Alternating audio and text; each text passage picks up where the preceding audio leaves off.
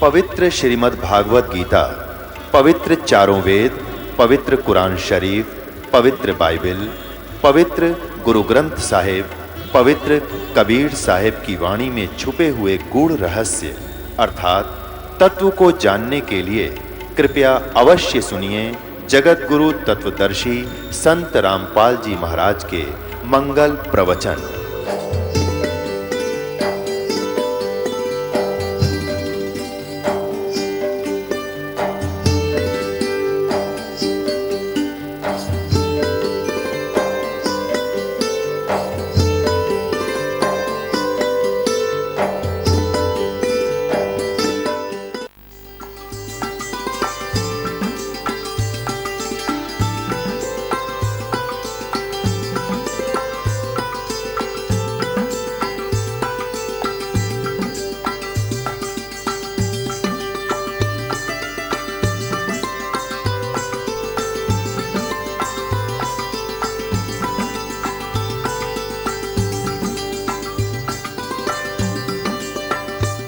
तो भगवान शिव कहने लगे कि कहाँ वो तेरा बेटा, ताकि सामने लेटा हुआ है।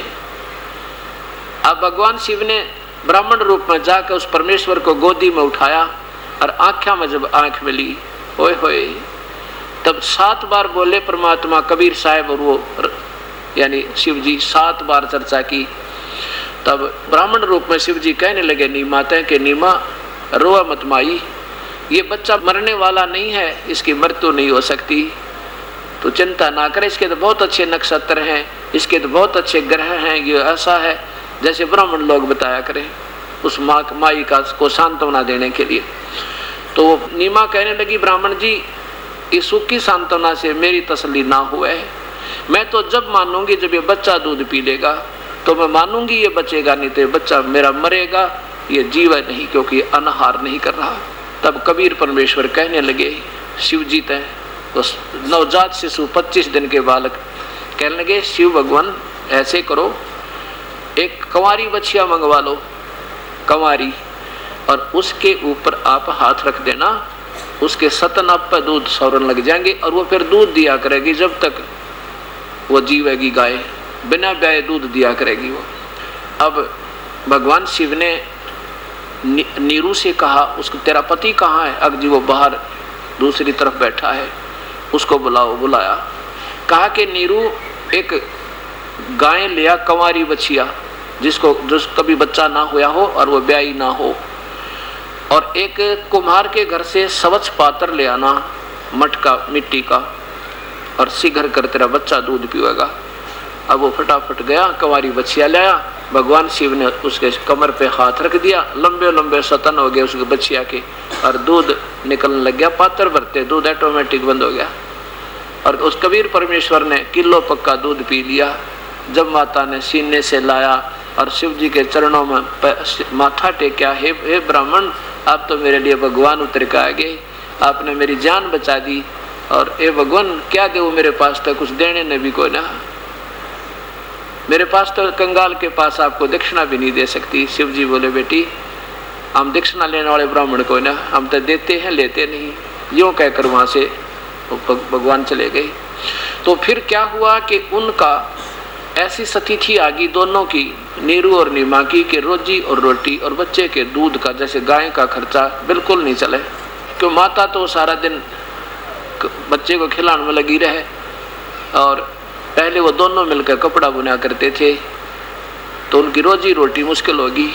दोनों बैठकर रो रहे हैं, परमात्मा देख किसे कर्महीन प्राणी हम, हमारे इतना भी पिछले जन्म में हमारे से पुण्य नहीं हुआ कि जिसके आधार पर आज हमें भगवान रोटी दे देता, आज हमारी रोजी रोटी के भी लाले पड़ गए।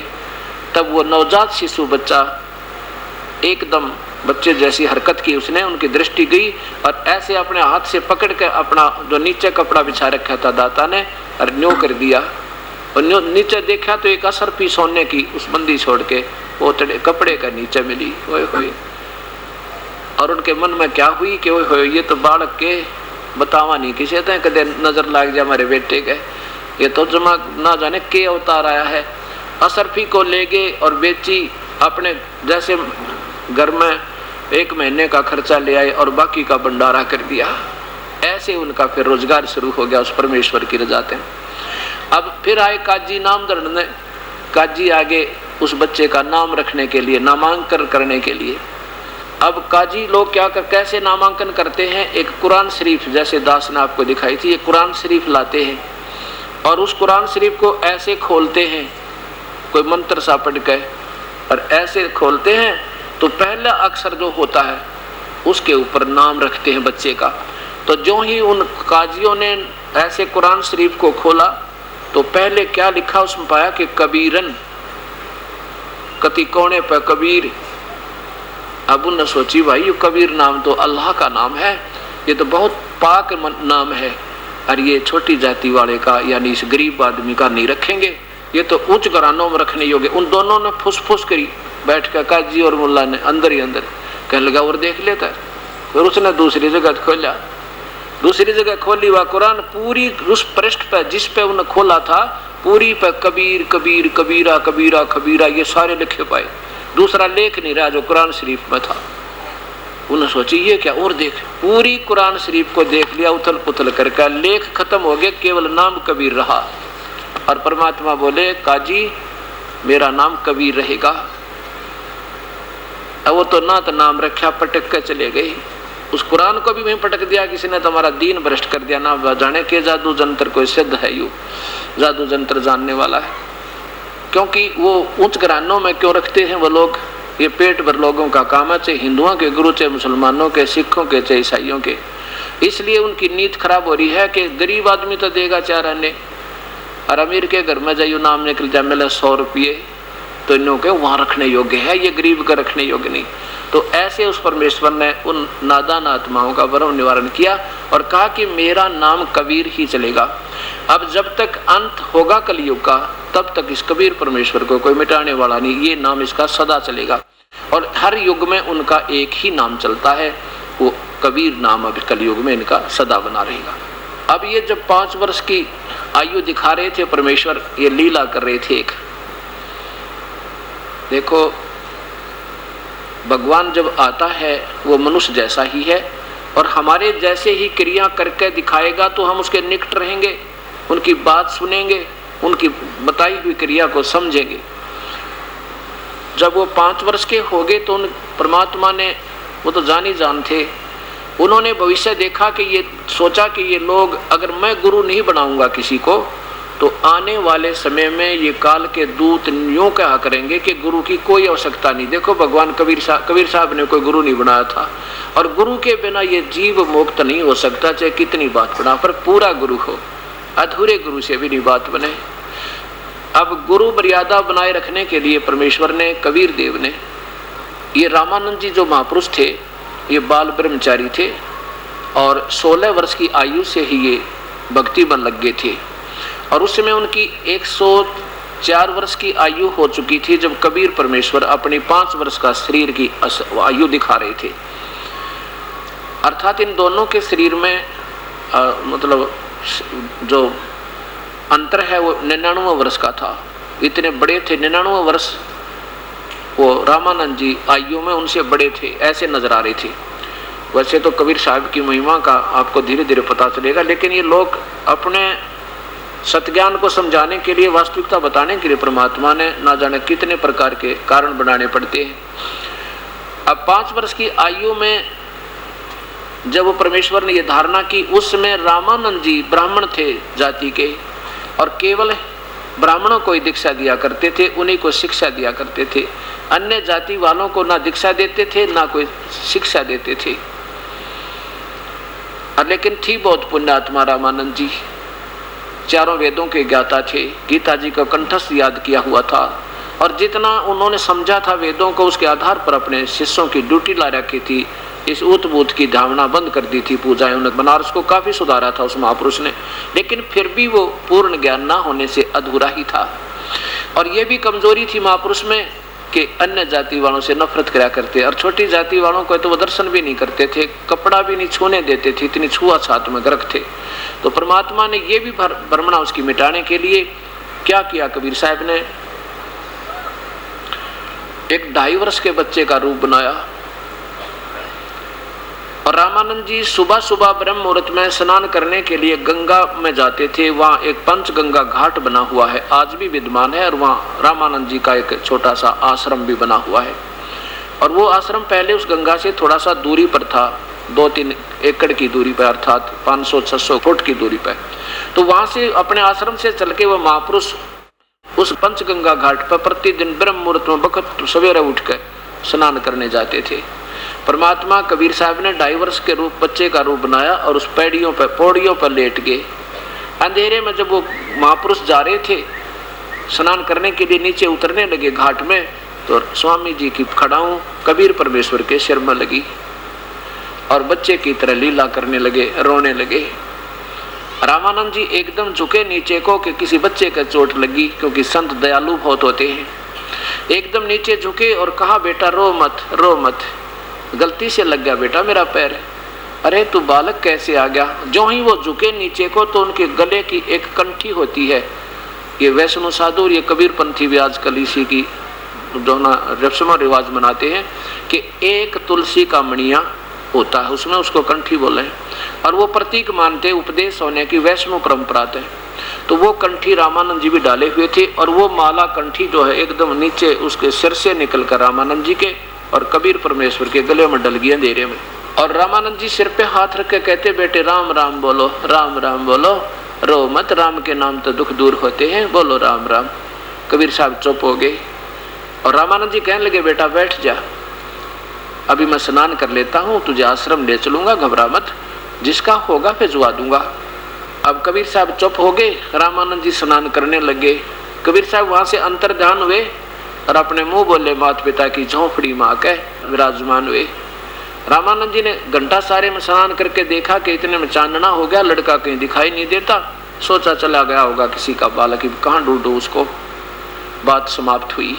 कुछ दिनों के बाद वो कबीर परमेश्वर 5 वर्ष की आयु में जब थे तो कहाँ पहुंचे, एक रामानंद जी का शिष्य विष्णु पुराण को सुना रहा था और भगवान विष्णु की लीलाएं का गुणगान कर रहा था, सत्संग हो रहा था। और वो परमात्मा कबीर परमेश्वर जाकर विराजमान हो गए उस उनके सत्संग में। जब सत्संग समापन हो लिया तो कबीर साहब ने खड़ा होकर याचना की कि हे रिसीवर, ये दास आपसे कुछ शंका समाधान चाहता है, अगर आपकी आज्ञा हो तो एक प्रश्न करो।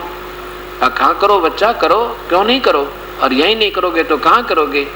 अच्छा कि स्वामी जी अभी आपने बताया कि भगवान विष्णु सर्वेस्वा हैं, सर्वेश्वर हैं, इनके कोई माता पिता नहीं, ये अजरो अमर हैं, ये सर्वशक्तिमान हैं, कुल मालिक है, इन्होंने कंस को मारा, इन्होंने चाणूर को मारा, इन्होंने जरासिंह को मार डाला, यही श्री राम रूप मराए थे, और ये अजरो अमर हैं विष्णु जी, सर्वशक्तिमान है, सारे ब्रह्मांडों के रचयिता हैं, इनके कोई माता पिता नहीं है।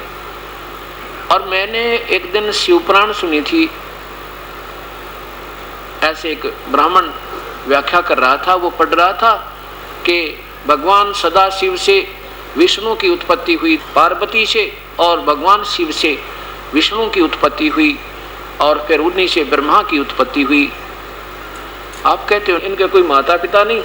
अब देखो जो पढ़ते हैं उनको ये बातें याद तो हैं, पर उनकी बुद्धि काम ना करती, क्योंकि काल ने कहा मेरे अंतर्गत जितने प्राणी उनकी बुद्धि मेरे हाथ में है, जब चाहो इनमें ज्ञान भर दूं और जब चाहो इनमें अज्ञान भर दूं, ये मेरे हाथ में, गीता में स्पष्ट लिखा उसने।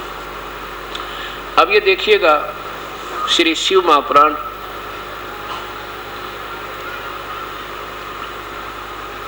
ये गीता प्रेस गोरखपुर से प्रकाशित है। इसमें ब्रह्मा और विष्णु और शिव के माता पिता का वर्णन, ये कहां से प्रकाशित है, ये कौन है अनुवादक, इसका संपादक है संस्कृत से हिंदी करने वाले हनुमान प्रसाद पोदार, और गीता प्रेस गोरखपुर से प्रकाशित है, मुद्रित है। इसके रुद्र संहिता अध्याय नंबर 6 में इसमें क्या लिखा है देखिएगा। रुद्र संहिता, और यहां से प्रारंभ करते हैं हम नीचे 100 नंबर पृष्ठ से। ये गीता प्रेस गोरखपुर से प्रकाशित है। आज कोई नया शास्त्र नहीं रचा दास ने, ये पहले का 5500 वर्ष पुराना शास्त्र है। यहाँ पर देखिएगा कि इसमें क्या है, ये पुराण जो प्रारंभ होती है ये इस भगवान काल से शुरू होती है। इसको सदाशिव कहते हैं, काल को ब्रह्म भी कहते हैं।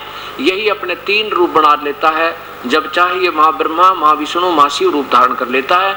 और फिर दुर्गा को, इस शेरा वाली को अपनी पत्नी रूप में रखता हुआ इसने एक ब्रह्मलोक में 3 स्थान बना रखे। अब इसके साथ इसका लिंक है थोड़ा सा, ये भी आपको हिंट देना पड़ेगा, तब ये कहानी समझ में आओगी आपके।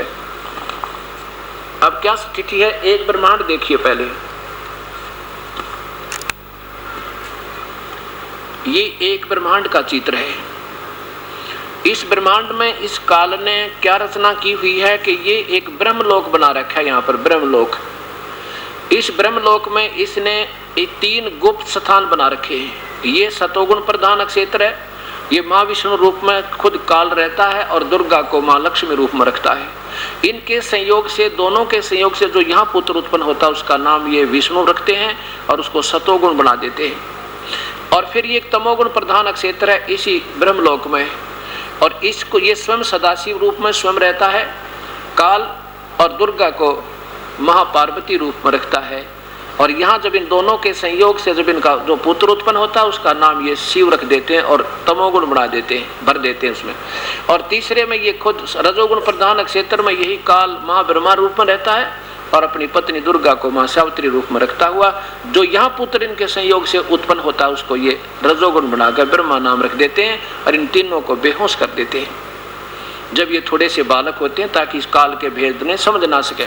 और जब ये बड़े जवान होते हैं तो इन तीनों को, ब्रह्मा को कमल के फूल पे, विष्णु को शेष सैया पे और शिव जी को कैलाश पर्वत के ऊपर हौस में ला देते हैं। इनको आप नहीं पता हमारे माता पिता कौन है। अब हीट एंड ट्रायल मेथड से ये पता लगेगा इनको कि हम कौन हमारी माँ है। अब देखो, और उसके बाद इन तीनों पुत्रों को अलग से राज देते हैं। यहाँ पर देखिए, अलग से 3 लोक फिर रच देता है ये काल अपने बेटों का। इसमें विष्णु लोक में ये अपना पुत्र विष्णु और इनकी शादी करके एक लड़की का उसका लक्ष्मी नाम रख के इन दोनों का ब्याह कर देती है दुर्गा। लेकिन काल सामने नहीं आता, वो गुप्त रहता है। फिर दुर्गा ये सब काम करती है।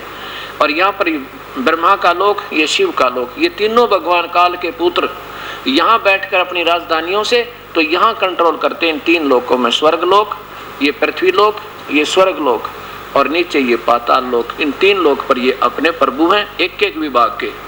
और ये दुर्गा का इसमें अलग से लोक भी है, देखो ब्रह्मलोक में। यहाँ पर फिर ये दुर्गा यहाँ आ जाती है जब यहाँ तीनों पुत्रों के उत्पन्न हो जाने से के बाद ये दुर्गा अपने अलग लोक में रहती है, यहाँ आके फिर सारा काम संभालती है। और ये एक महास्वर्ग है इसी ब्रह्मलोक में। महास्वर्ग जो ओम नाम का जाप करने वाले, ब्रह्म को प्रभु मानने वाले प्राणी ऋषि लोग यहाँ जाते हैं। इसमें इस काल ने एक और नकली व्यवस्था कर रखी है। इसी ये बहुत लंबा विस्तार है, ये थोड़ा सा हिंट दे रखा है। इसमें एक नकली सतलोक, नकली अलखलोक, नकली अनामी लोक और नकली अगमलोक, नकली अनामी लोक की रचना भी इस काल ने करवा रखी है। पता है इस काल ने कि कलयुग आएगा, उसमें सतलोक की महिमा का वर्णन होगा। उससे पहले इन जीवों को गुमराह कर दूं नकली लोक बना के और इन प्यारी आत्माओं को यहाँ धोखा देकर रखता है। इसके बाद 21वें ब्रह्मांड में भी इसने ऐसी रचना की है। तो ऐसे इस काल का जाल समझना है। अब ये महाब्रह्मा, महाविष्णु, महाशिव रूप में जहाँ से ये पुराण प्रारंभ होती है, ये काल से प्रारंभ होती है। अब देखो, अब समझ में आओगी आपके ये कहानी। ये वही शिव महापुराण गीता प्रेस गोरखपुर से प्रकाशित। एक बार हम नासिक में सत्संग कर रहे थे, प्रारंभ किया तो ऐसे मैंने एक पुस्तकें दिखाई और फिर वो अंदर ना दिखाया मैंने, ये वाला, ये ऊपर का दिखा दिया, गीता प्रेस गोरखपुर से प्रकाशित है। तो बाद में 2-4 भक्त आपस में डिस्कस कर रहे हैं कि ये संत कोई षड्यंत्रकारी लगा है। ऊपर का कवर तो इसने लगा है, बनवा रखा गीता प्रेस गोरखपुर का, और अंदर ये अपनी ठोक रहा है, इसमें कोई सोच। तो मुझे पता लगा, फिर मैं ये दिखाने लगा, मैं देखो भाई अंदर भी ऐसा ही लिखा है। संपादक हनुमान प्रसाद पोदार, और ये कहाँ से प्रकाशित है? गीता प्रेस गोरखपुर से ही। अब बिल्कुल सही ऐसा ही लगेगा, क्योंकि ये सत्य अभी तक हमारे हृदय में आया नहीं। इन पुराणों को पढ़ते पढ़ते हमारे दादे परदादे चले गए, उनकी समझ में आया नहीं, क्योंकि विद्यार्थी नहीं समझ सकता सिलेबस को, वो टीचर समझाते हैं। हमारे टीचरों का समझ में ना, एक धार्मिक गुरुओं का, तो वो समझावे क्या समाज को, इस करके सारी बात बिगड़ गई। अब देखो रुद्र संहिता अब 100 नंबर पृष्ठ से देखिएगा।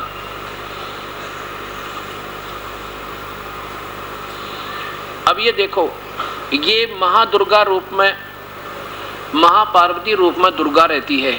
प्रारंभ होती है काल और इस दुर्गा से शिवपुराण। तो यहाँ इस दुर्गा की महिमा गाई जा रही है, भवानी की। क्या कहते हैं? उस पराशक्ति को प्रधान, प्रकृति, गुणवती माया, बुद्धि तत्व की जननी तथा विकार रहित बताया गया है। वह शक्ति अंबिका कही गई है। उसी को प्रकृति, ये प्रकृति शब्द याद रखना, दुर्गा को प्रकृति भी कहते हैं, शेरा वाली को। और सर्वेश्वरी और त्रिदेव जननी, ओए होए, तीनों देवताओं की माँ, ब्रह्मा विष्णु महेश की माता भी कहते हैं। ये त्रिदेव जननी आपके सामने है। नित्या और मूल कारण भी कहते हैं।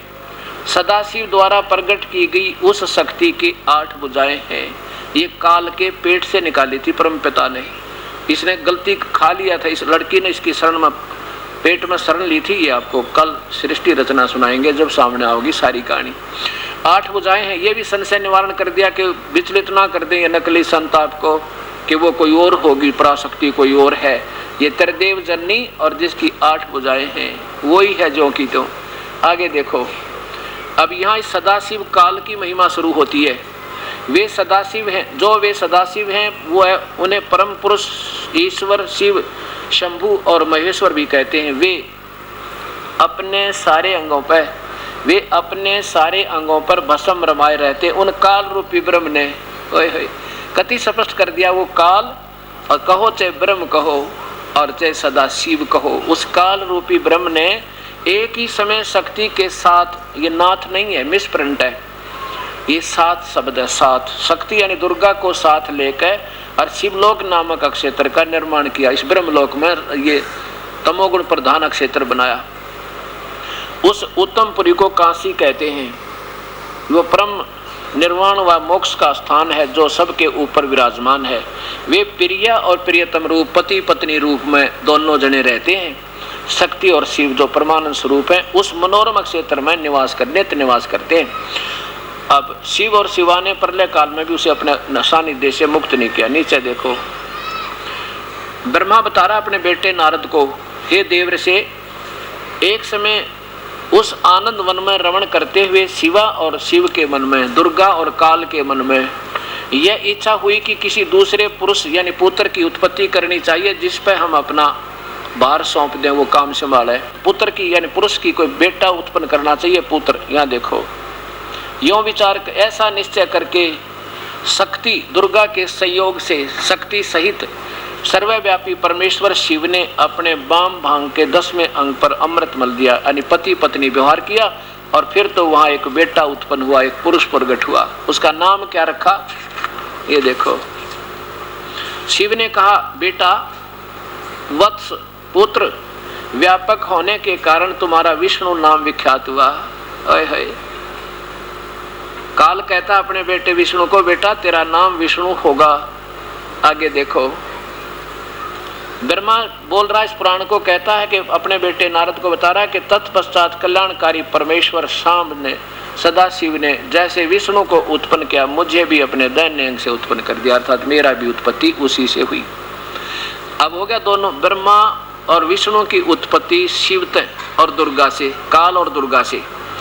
अब यहाँ देखो, अब यहाँ ये लेखक जो शिव पुराण लिखने वाला असमंजस में पड़ गया कि शिव से शिव की उत्पत्ति लिखूं तो मुझे पागल कहेंगे। यहाँ उसने उसको गोलमोल कर दिया, छोड़ दिया, अनुवाद ठीक नहीं किया। आगे देखो, अब ये कहाँ तक छुपाए, सच्चाई तो आती सामने आती ही है। यहाँ देखो, अब ये 9वां अध्याय है, 9वां अध्याय समाप्त होता है, इससे पहले ये 9वां अध्याय चल रहा है। इस प्रकार ब्रह्मा विष्णु और रुद्र, ब्रह्मा विष्णु और रुद्र इन तीनों देवताओं में गुण है। रजगुण ब्रह्मा है, सतगुण विष्णु, तमगुण शिव जी। परंतु शिव गुणातीत माने गए हैं। ये चौथा कौन है? शिव। ये काल इनका बाप पिताजी है। ये चौथा जो है कि शिव तो गुणातीत माने गए हैं, ये शिव जो है ब्रह्मा विष्णु में इसका पिता है। और ये 3 अलग लिखे हैं, चौथा ये ब्रह्मा विष्णु रुद्र इन तीनों देवताओं में गुण है, परंतु शिव गुणातीत माने गए हैं। कबीर साहब बता रहे हैं कि एक दिन मैंने देवी भागवत महापुराण पढ़ा था। अब ज़्यादा डिटेल ना बता करके मैं थोड़ा सा हिंट दूंगा आपको कि ये कहते हैं हमारा तो जन्म और मृत्यु होती है, क्योंकि मैंने परसों से लगातार कई बार ये पुस्तक दिखा चुका हूँ। अभी थोड़ा सा हिंट इसलिए देना चाहता हूँ कि हर सत्संग में ये स्टूडेंट बदलते हैं, विद्यार्थी यानी ये प्यारी आत्मा भक्त श्रोतागण बदलते रहते हैं, और हम चाहते हैं कि सभी को थोड़ा थोड़ा अंशी ज्ञान हो, थोड़ा सा फिर अग्रसर हों, फिर देखें इन पवित्र शास्त्रों को घर पर जाकर जाए, यहाँ विश्वास ना हो तो। वैसे तो यहाँ अविश्वास का गुंजाइश ही नहीं रहेगी। जो पुण्यात्मा बुद्धिजीवी होंगे, आपके सामने शास्त्र हैं, पर्दे पर आपके सामने है, और इसमें तो कोई दो राय रहेगी नहीं। ये देवी भागवत महापुराण गीता प्रेस गोरखपुर से प्रकाशित है, और इसके कौन है अनुवादकर्ता संपादक? हनुमान प्रसाद पोदार चमन लाल गोस्वामी, और ये गीता प्रेस मुद्रक है, गीता प्रेस गोरखपुर। तीसरे सकंद में इसमें यहां से शुरू करते हैं। ये माता दुर्गा की महिमा शुरू होती है। कितने ही आचार्य भवानी को संपूर्ण मनोरथ पूर्ण करने वाली बतलाते हैं। वे आदि माया महाशक्ति एवं परम पुरुष यानी काल के साथ रहकर, ब्रह्म के साथ रहकर कार्य संपादन करने वाली प्रकृति है। इनको दुर्गा को प्रकृति भी कहते हैं, ये भी याद रखना। ये गीता में काम आएगा आपका 14वें अध्याय में। ब्रह्म के साथ, इस काल के साथ उनका अभेद संबंध है, अर्थात पति पत्नी का नाता है। पत्नी को अर्धांगिनी कहते हैं, अर्धांगिनी। इनका ब्रह्म यानी काल के साथ दुर्गा का अभेद संबंध है, पति पत्नी का नाता है। अब मैं ज्यादा ना बता करके ये दिखाऊंगा कि इसी तीसरे सकंद में ये भगवान विष्णु जी कहते हैं कि हम तो जन्म और मृत्यु होती है, हम अजरो अमर नहीं है। भगवान शिव कहते हैं, यहां देखो पहले,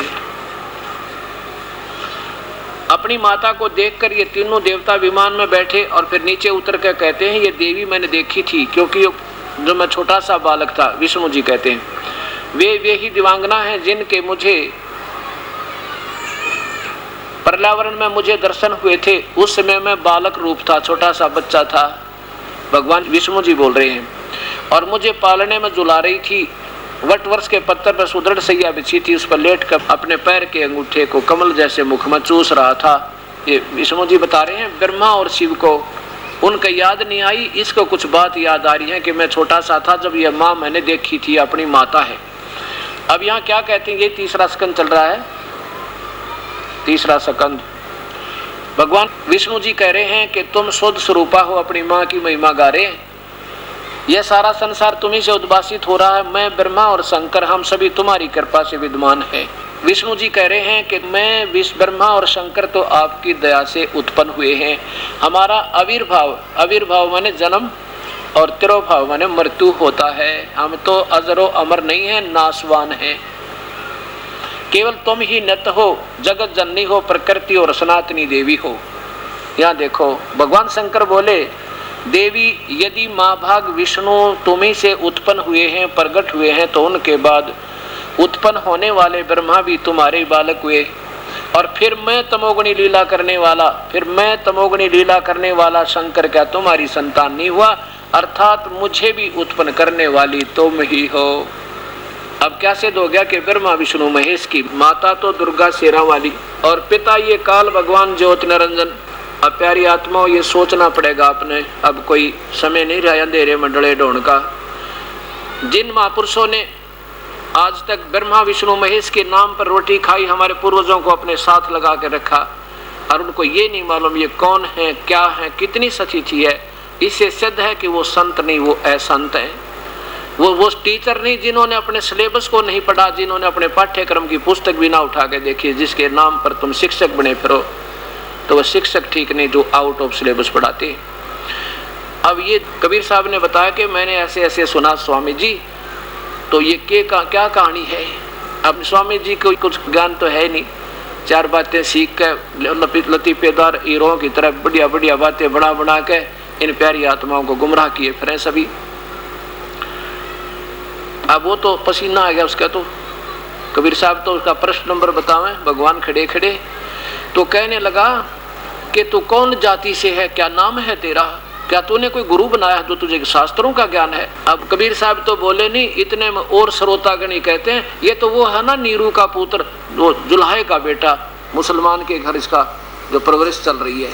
और जो बोले दूसरे श्रोता, अब वो गुरुजी जो वहां कर रहे थे ना सत्संग, वो तो खूब गर्म हो गया,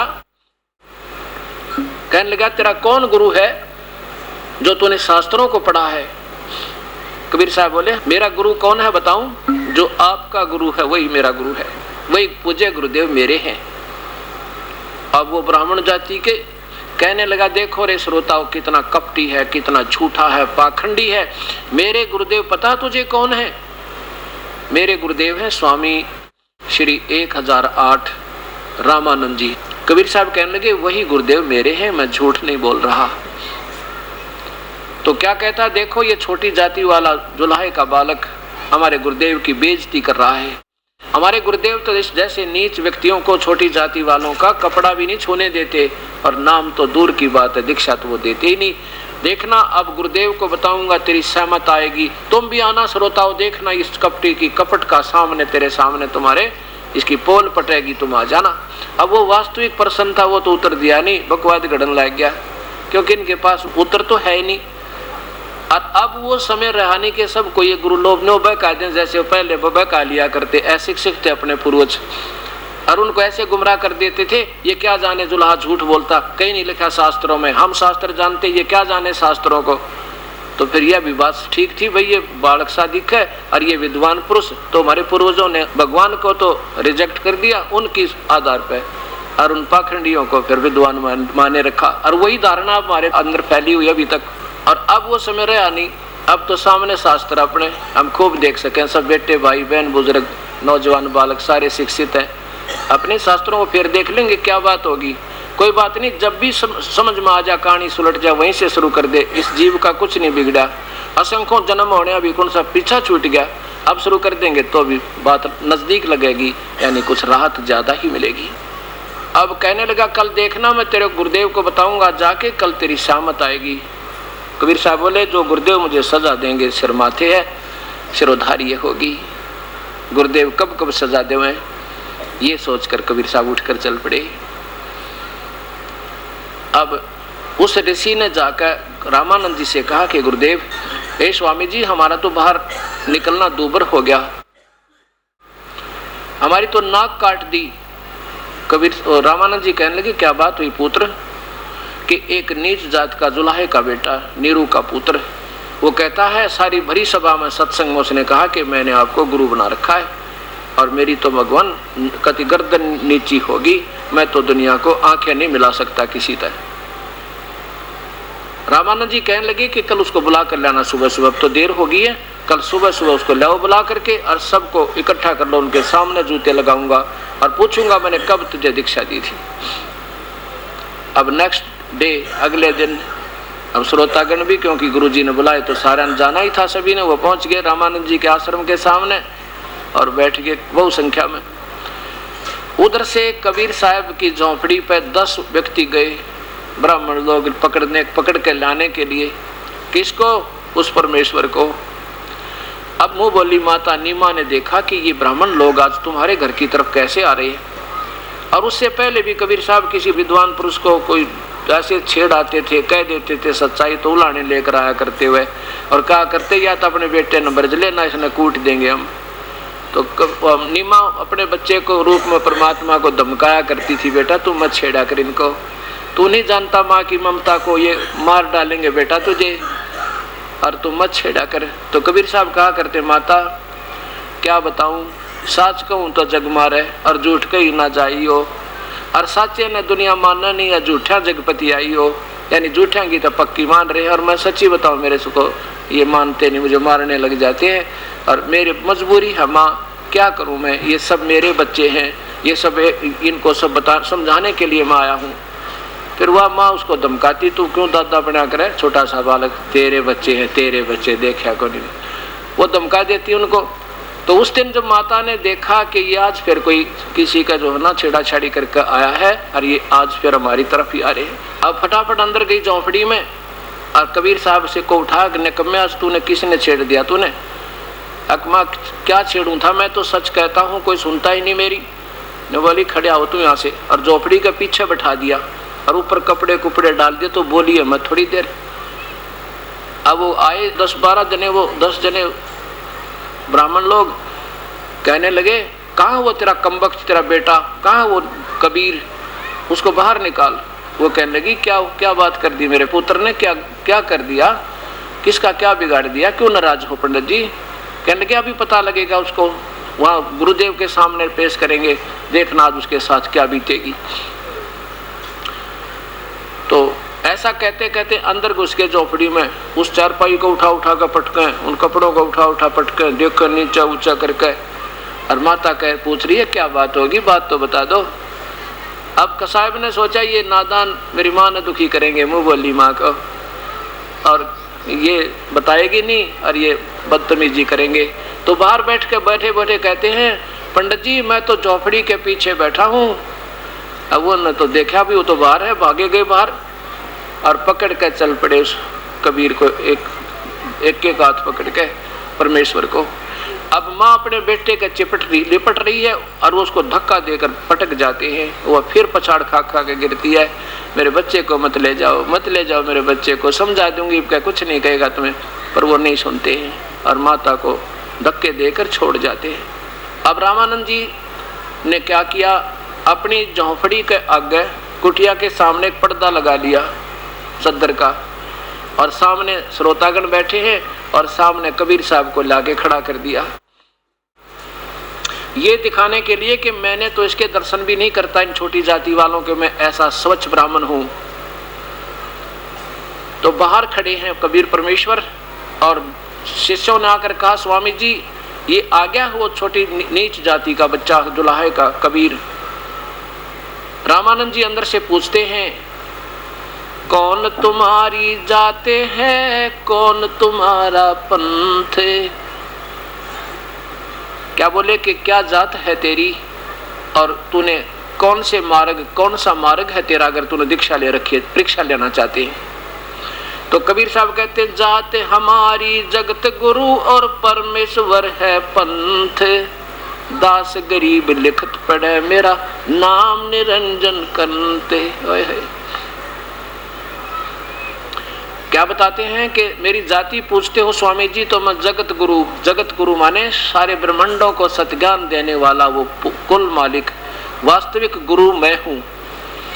और मेरा पंथ पूछना चाहते हो, मैं किस भगवान का मार्गदर्शन करता हूँ, परमेश्वर का, ईश्वर परमेश्वर, ब्रह्म परब्रह्म पूर्ण ब्रह्म, क्षर पुरुष अक्षर पुरुष सतपुरुष यानी परम अक्षर पुरुष, यानी परम अक्षर पुरुष परमेश्वर का मैं मार्गदर्शन करने आया हूं। और अगर मेरा नाम पूछो तो मैं जो वास्तविक नाम सब पुराणों में वेदों में जो नाम लिखा है ना, मैं वही परमात्मा कबीर हूं। इस बात न सुनकर रामानंद जी नाराज हो गए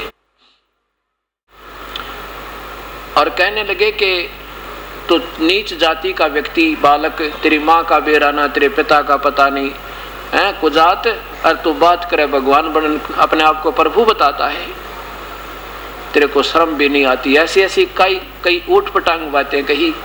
तो कबीर साहब क्या बोले कि सुन रामानंद राम हम बावन नरसिंह, दास गरीब कली कली ही हम ही कृष्ण अभंग।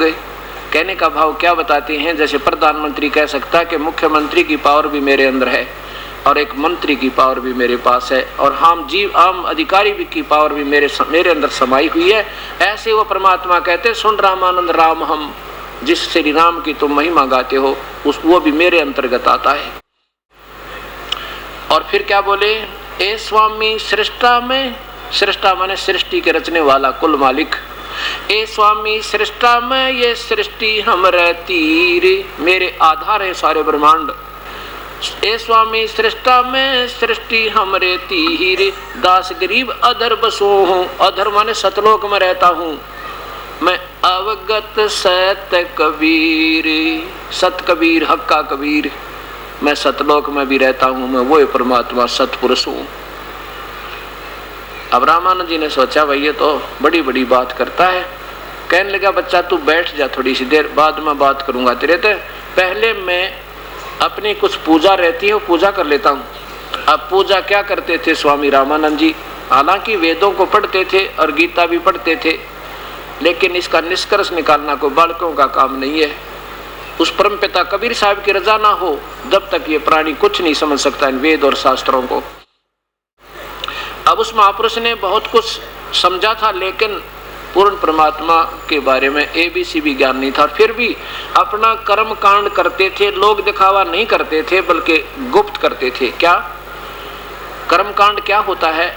उसका एक पार्ट होता है कि भगवान की मूर्ति बनाते, विष्णु जी की, ठाकुर की, पत्थर की, जैसे वैसे करते हैं सामने। तो उसको पुराने कपड़े उतारते हैं सुबह सुबह पहले वाले, और नए नवा कर मूर्ति को फिर उसको कपड़े पहनाते हैं, तिलक लगाते हैं, माला डालते हैं कंठी, और ऊपर मुकुट रखते हैं। ऐसे वो श्रद्धा से भगवान की डेली पूजा करते हैं कर्मकांड करने वाले। अब रामानंद जी मूर्ति तो नहीं रखते थे पत्थर की, लेकिन कल्पना से मूर्ति बनाते थे अपने ध्यान में भगवान विष्णु की। और फिर उस मूर्ति के उन्होंने उस दिन भी कपड़े उतारे, और जैसे गंगा जल अपने सिर पर रख के लाए हो प्रेम से अपने भगवान के लिए, उससे जैसे नवाई मूर्ति, और फिर कपड़े पहनाए, नए धोए धाए साफ स्वच्छ, और फिर तिलक लगा दिया और मुकुट रख दिया। माला ना डाली उस दिन, वह कंठी रहेगी डालनी भगवान के गल में। कल्पना से बना रहे हैं, रोजाना का अभ्यास था उनका, जैसे सौपन होता है। अब कंठी ना डाली, माला ना डाली तो पूजा अधूरी रहेगी, उस दिन की लगे नहीं, ऐसा उनकी सोच है। और फिर मुकुट उतारा नहीं जाता, मुकुट उतार दे उस दिन रखने के बाद वह पूजा खंडित, उस दिन की पूजा गई, भक्ति खत्म हुई। अब उसने रामानंद जी सोच रहे हैं कि अब क्या करूं, आज तो पहली बार ये माला डालनी भूला मैं, और यह क्या गलती हुई भगवान मेरे ते। तो उसने माला उठाई, सोचा इस मुकुट में से डाल दूं, मुकुट तो उतार नहीं सकते आज, तो मुकुट में माला फंस गई, वह नीचे ना आवे। और फिर बैठ के असमंजस में हो रहे हैं, अंदर अंदर बहुत मायूस हो गए, परमात्मा आज मेरे से क्या गलती होगी इस दाता, इस दास पे, और पहली बार जीवन में धोखा खाया, मेरी भक्ति गई आज, क्यों नाराज हुए आप मेरे ताज, ऐसी क्या कहानी बन गई। यानी धनवान जो ज्यादा धनवान होता है ना, उसका थोड़े नुकसान में दुख हो जाया करे। तो ये ज्यादा धनवान थे भक्ति के, और एक दिन की भक्ति भी जाया नजर आवा थी, तो उसने बहुत दुख हो रहा था, बहुत कल्पना कर रहे थे, अंदर तड़प रहे थे। तो बाहर बैठे भगवान, बीच में पर्दा है और केवल कल्पना मन में कर रहे हैं रामानंद जी। कबीर साहब कहते हैं स्वामी जी इस माला की गांठ खोल लो, इसकी गुंडी खोल लो, और गुंडी खोल कर फिर गले में डाल दो, मुकुट उतारना नहीं पड़ेगा, आपकी पूजा खंडित ना होगी। ओए होए होए, अब किसकी तक गांठ खोला था, किसकी गुंडी खोला था। जब पता लग गया सामने भगवान बैठे, मेरी मन की बात पकड़ गए, ये तो प्रभु आए हैं। कहते हैं डोडी पर्दा दूर भगा और लीना कंठ लगा। एक तरफ तो पूरा ब्राह्मण समाज बैठा है और एक तरफ परमात्मा खड़े हैं। अब इसको विद्वान कहते हैं, इसे ब्राह्मण कहते हैं। जो ब्राह्मण सोए जो ब्रह्म पहचाने, जो भगवान को पहचान ले कि फिर लोग लाज के आग लगा दे। उन्होंने नहीं देखा कि दुनिया क्या कहेगी, तू ब्राह्मण होगा, छोटी जाति के बच्चे को सीने से लगा रहा। उनको भगवान देखा और भगवान समझ के उसको सीने से लगा दिया। ओए होए, बोलो सतगुरुदेव की जय। अब क्या होता है कि रामानंद जी ने जब उस परमेश्वर को सीने से लगाया तो क्या कहने लगे, ये तो दीक्षा तुम दई ये मान लई मन मोरे, गरीब दास कोमलपुर से और हमरा बदन कठोरे। हे परमात्मा, आपका शरीर तो ऐसा जैसा कमल रुई जैसा शरीर, क्योंकि परमात्मा कबीर साहब का शरीर हार्ड चाम से बना हुआ नहीं था, वो तेज पुंज का शरीर है। क्या बताते हैं कि हे परमेश्वर, मेरा तो वज्र जैसा शरीर है आपकी तुलना में, और आपका तो कोमल पुरुष, आप कोमल पुरुष, कोमल भगवान, विनम्र शरीर भगवान आपका, और हमरा बदन कठोर। अब देखो परमात्मा ने पूरी लीला दिखानी थी अपनी। अब उसमें तो उन्होंने प्रभु नजर आए सामने, और फिर इस मन पर माटी डाल दी कि ये आगे वार्ता नहीं करेगा। जब भगवान समझ गया था मेरे को, अब क्या भी आपने उसकी बुद्धि को अंदर चेंज कर दिया कि कहीं कोई ये थोड़ा बहुत सिद्ध पुरुष होगा, मन की वृत्ति जानता होगा, और परीक्षा लेता हूं इसकी। क्या कहने लगे, कि हे भगवान, ये तो बात आपकी मेरे समझ में आ गई कि आपने ये लीला क्यों की मेरे लिए। क्योंकि कबीर साहब ने कहा कि स्वामी जी, हम एक पिता की संतान हैं, और देखो जाति पाति तो नादान लोग बनाते हैं, संत लोगों का काम जाति और मजहब में उलझना नहीं होता। हम आज कोई हिंदू है, आज कोई ब्राह्मण है, कल मृत्यु हो जाएगी तो वो किसी छोटी जाति का जन्म होगा, उसका छोटी जाति वाला मानते हो आप जिसको, वो कल न ब्राह्मण भी हो सके। और परमात्मा के मार्ग में जब तक यह हमारा द्वितीय मत है तो प्रभु दूर है अपने तय। नफरत का कारण प्रभु को पसंद नहीं। ठीक है, ऊंच नीच वो व्यक्ति हैं जो बीड़ी पीवे, शराब पीवे, मांस खावें, हुक्का पाड़े, ताश खेलें, दुनिया को लूटें, बहन बेटी की तरफ बुरी नजर से देखें, वो चाहे किसी जाति का है, वो नीच है। और जिसमें सारे गुण हैं, बुराइयों से दूर है, प्रभु की भक्ति करते हैं, नेक नीति से रहते हैं, वो उच्च है स्वामी जी। तो स्वामी जी कहने लगे, बेटा भगवान, ये तो बात मेरी समझ में आ गई कि आपने ये लीला मेरा ये भ्रम तोड़ने के लिए की थी। आज के बाद मैं कभी किसी जाति वाले से कोई फर्क नहीं करूंगा, ये मेरी कसम समझ लेना। अब फिर उनकी बुद्धि बदल दी थोड़ी सी। क्या कि बच्चा एक बात बता, आप इतने जानी जान हो, इतने विद्वान हो, ऐसे शक्ति युक्त हो, और फिर आपने झूठ क्यों बोला? स्वामी जी से कबीर साहब कहने लगे, मैंने झूठ कहाँ बोला स्वामी जी, बताओ। कि आपने झूठ बोला कि मेरे से आपने दीक्षा ली है, आपने मुझे गुरु बना रखा है। हाँ जी, मैंने आपको गुरु बना रखा है। कब बनाया आपने? कि एक समय स्वामी जी मैं पंचगंगा घाट की पौड़ियों पर लेटा हुआ था और आप स्नान करने के लिए गए थे। आपकी देखो याद होता है, आपकी खड़ाऊ मेरे सिर में लगी थी, मैं रो रहा था। आप कहने लगे, बेटा रो मत, राम राम बोलो, राम राम बोलो, राम के नाम से दुख दूर होते हैं। और मैंने आपने मुझे नाम दे दिया, मैं अपना जाप करता हूँ, आपको गुरु बना लिया। अब उसको याद आई स्वामी जी को, कहा भी बात एक बच्चा एक दिन हुई तो यह घटना जरूर थी।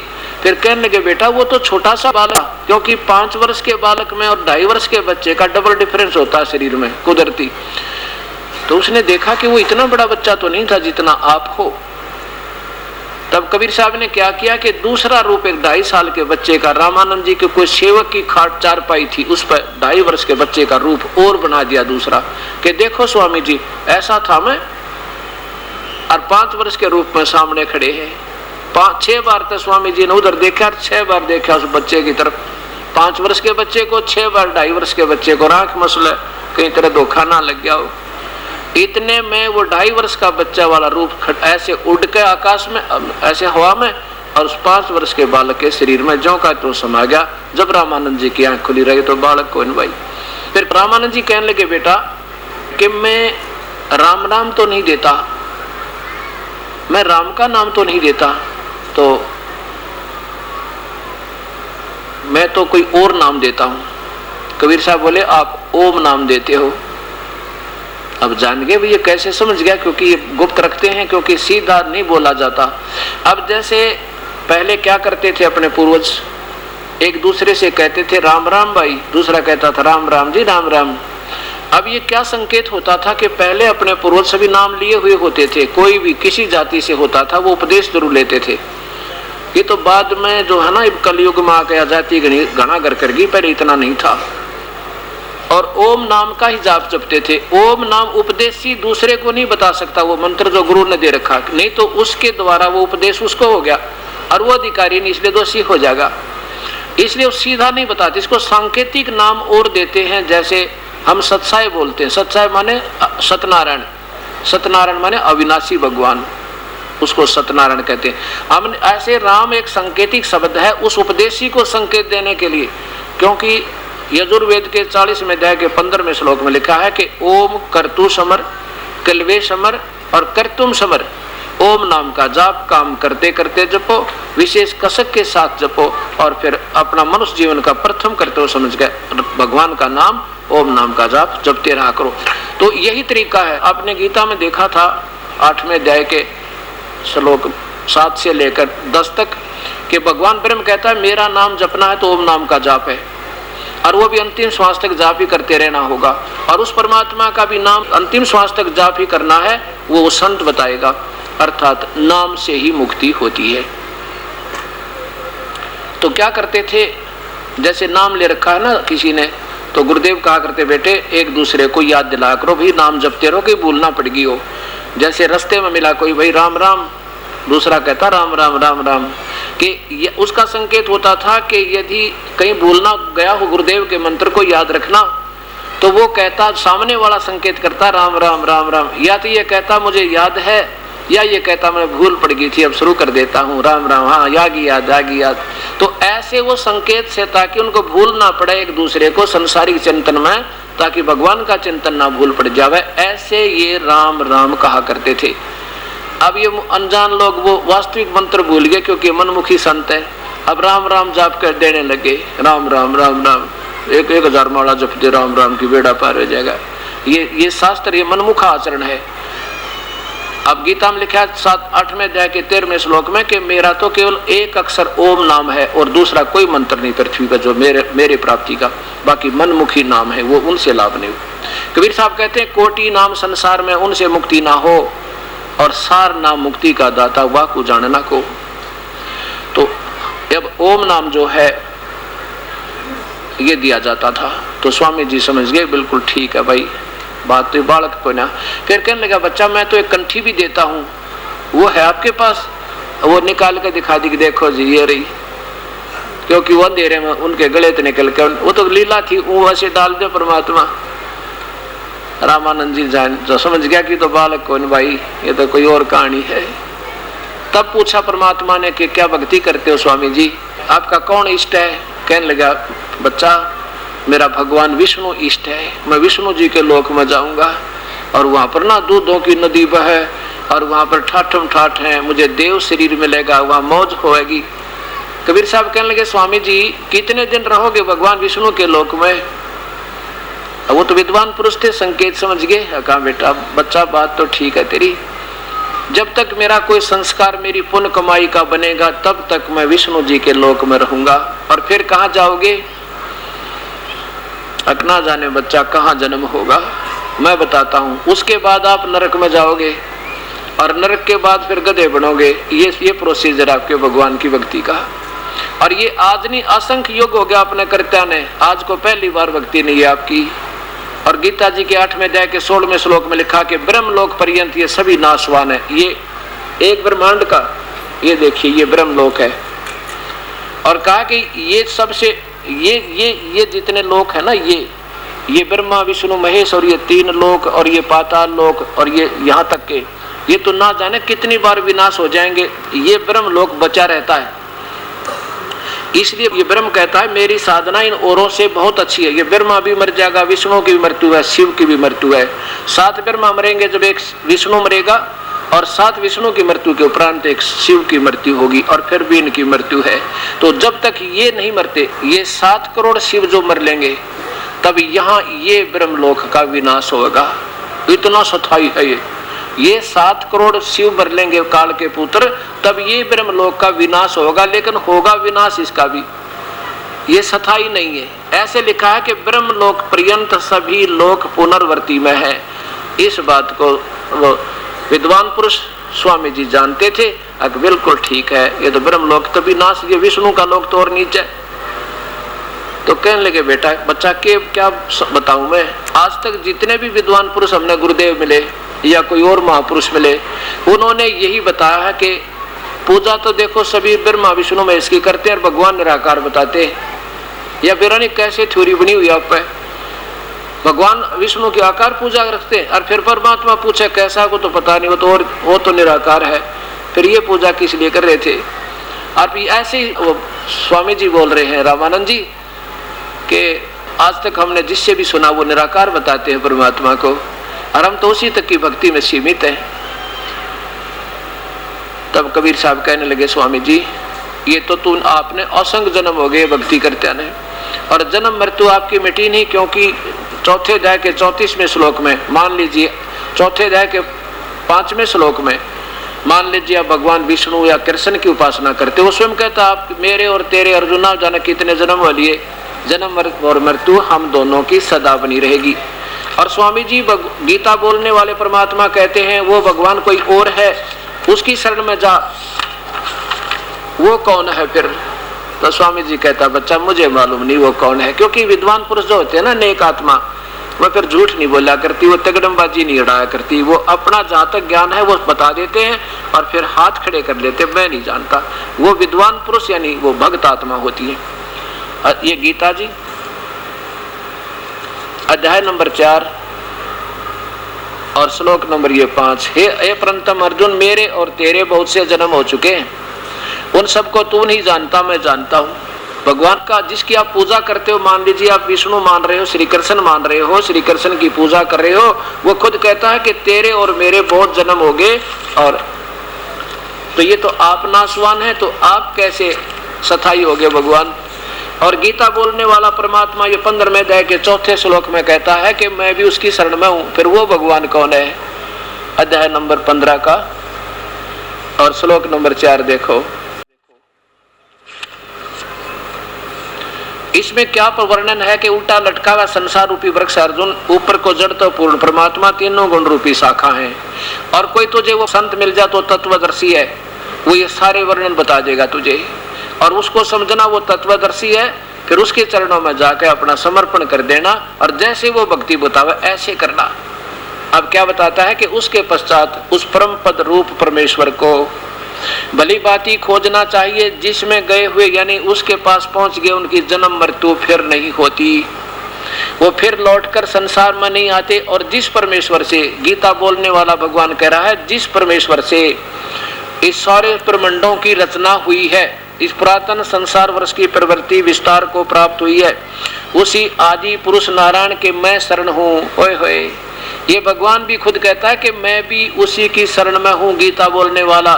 और इसके पश्चात दृढ़ निश्चय करके उस परमेश्वर का मनन और निधि ध्यान करना चाहिए। हे स्वामी जी, ये कौन है वो भगवान? और फिर देखो 18वें अध्याय का 62वें श्लोक में ये खुद गीता बोलने वाला भगवान कहता है कि अर्जुन, अगर तूने मुक्ति चाहिए, पूर्ण रूप से छुटकारा चाहिए, तो उस भगवान की शरण में चला जा। अध्याय नंबर 18 का श्लोक नंबर 62 देखिए। हे भारत, सब प्रकार से उस परमेश्वर की शरण में जा, उस परमात्मा की कृपा से ही तू परम शांति तथा सनातन परम धाम को प्राप्त होगा। और कहता और बताऊं, मेरा भी इष्ट देव वही है। अब देखो, अब 63 में क्या कहते हैं कि इस प्रकार ये गुप्त से गुप्त ज्ञान मैंने तेरे तो ही बता दिया। गीता जी का अंतिम अध्याय आ गया और बताया कि मैंने जो गुप्त से गुप्त भेद था तेरे आगे खोल दिया अर्जुन। अब तेरी समझ में आवे ऐसे कर ले, मेरी भक्ति करनी है तो ओम नाम का जाप युद्ध करना ही पड़ेगा, युद्ध भी कर और स्मरण भी कर, और उसकी शरण में जाओगा तो भाई ये झंझट मिट जाएगा जन्म और मृत्यु का, ना तने युद्ध करना पड़े ना कोई कर्म दंड तेरे पर है। इस प्रकार गुप्त से गुप्त ज्ञान मैंने तुझे कह दिया, इस रहस्य युक्त ज्ञान को पूर्णतः भली भांति विचार कर जैसा चाहता वैसा कर ले। और फिर बताओ, एक और गुप्त बताऊं। एक तो गुप्त ऊपर बता दिया और एक और गुप्त बताऊं, संपूर्ण गोपनीयों से भी अति गोपनीय मेरे रहस्य युक्त वचनों को फिर सुन।